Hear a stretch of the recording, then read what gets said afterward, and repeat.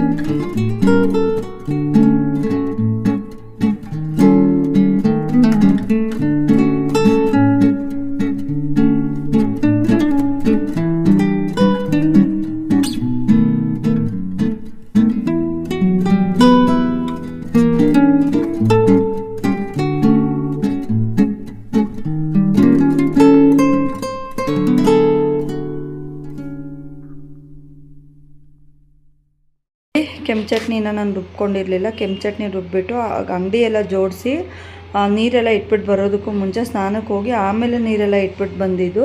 So ತುಂಬ ಕೆಲಸ ಇತ್ತು ನನಗೂ, ಮಾಡ್ತಾನೇ ಇದೆ ಕಂಟಿನ್ಯೂಸ್ ಆಗಿ. ಬ್ಯಾಕ್ ಪೇಯ್ನ್ ಕೂಡ ತುಂಬಾ ಇತ್ತು ಆ್ಯಂಡ್ ಪಾತ್ರೆ ಕೂಡ ಉಜ್ಜಾಕಿದೆ. ಹೋಗೋಷ್ಟರೊಳಗಾಗಿ ಇಷ್ಟು ಕೆಲಸ ಅಂತ ಹೇಳಿ ನಾನು ಕಂಟಿನ್ಯೂಸ್ ಆಗಿ ಮಾಡಿಬಿಟ್ಟು ಹೋಗಬೇಕು ಅಂತ ಹೇಳಿ ಮೈಂಡಲ್ಲಿ ಫಿಕ್ಸ್ ಆಗಿದ್ದರಿಂದ ನನ್ನ ಕೆಲಸ ಕೂಡ ಬೇಗನೆ ಮುಗೀತು. ಆ್ಯಂಡ್ ನನ್ನ ಇದನ್ನು ನಾನು ಹೇಳ್ಕೊಳ್ಳೋದಾದರೆ, ದಯವಿಟ್ಟು ನನ್ನ ವೀಡಿಯೋಸ್ನ ನೋಡಿ ನನಗೆ ಸಪೋರ್ಟ್ ಮಾಡಿ. ಆ್ಯಂಡ್ ನಂಗೆ ತುಂಬ ಬೇಜಾರಾಗ್ತಾ ಇದೆ.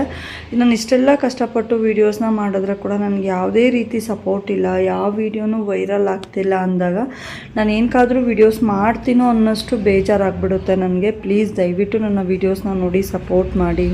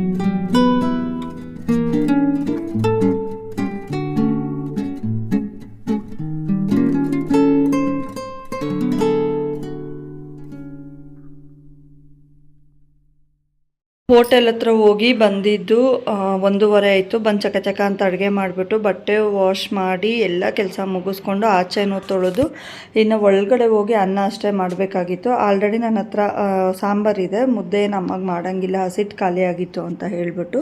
ಸೊ ಇಷ್ಟು ಮಾಡಿ ನನಗೆ ತುಂಬಾ ಬ್ಯಾಕ್ ಪೇಯ್ನ್ ಜಾಸ್ತಿ ಆಗೋಯಿತು. ಬಟ್ಟೆ ಒಣಗಾಕ್ಬಿಟ್ಟು ಬಂದು ನಾನು ಸ್ಟ್ರೈಟಿಂದ ಮಲ್ಕೊಂಬಿಟ್ಟೆ. ಆಗಲಿಲ್ಲ ನನಗೆ ಕೆಲಸ ಮಾಡೋದಕ್ಕೆ, ಯಾಕಂದರೆ ಕಂಟಿನ್ಯೂಸ್ ಹೋಟೆಲ್ ಕೆಲಸ ಮನೆ ಕೆಲಸ ಎಲ್ಲ ಕಂಟಿನ್ಯೂ ಇದ್ದಿದ್ದರಿಂದ ಬ್ಯಾಕ್ ಪೇಯ್ನ್ ಜಾಸ್ತಿ ಆಗಿತ್ತು.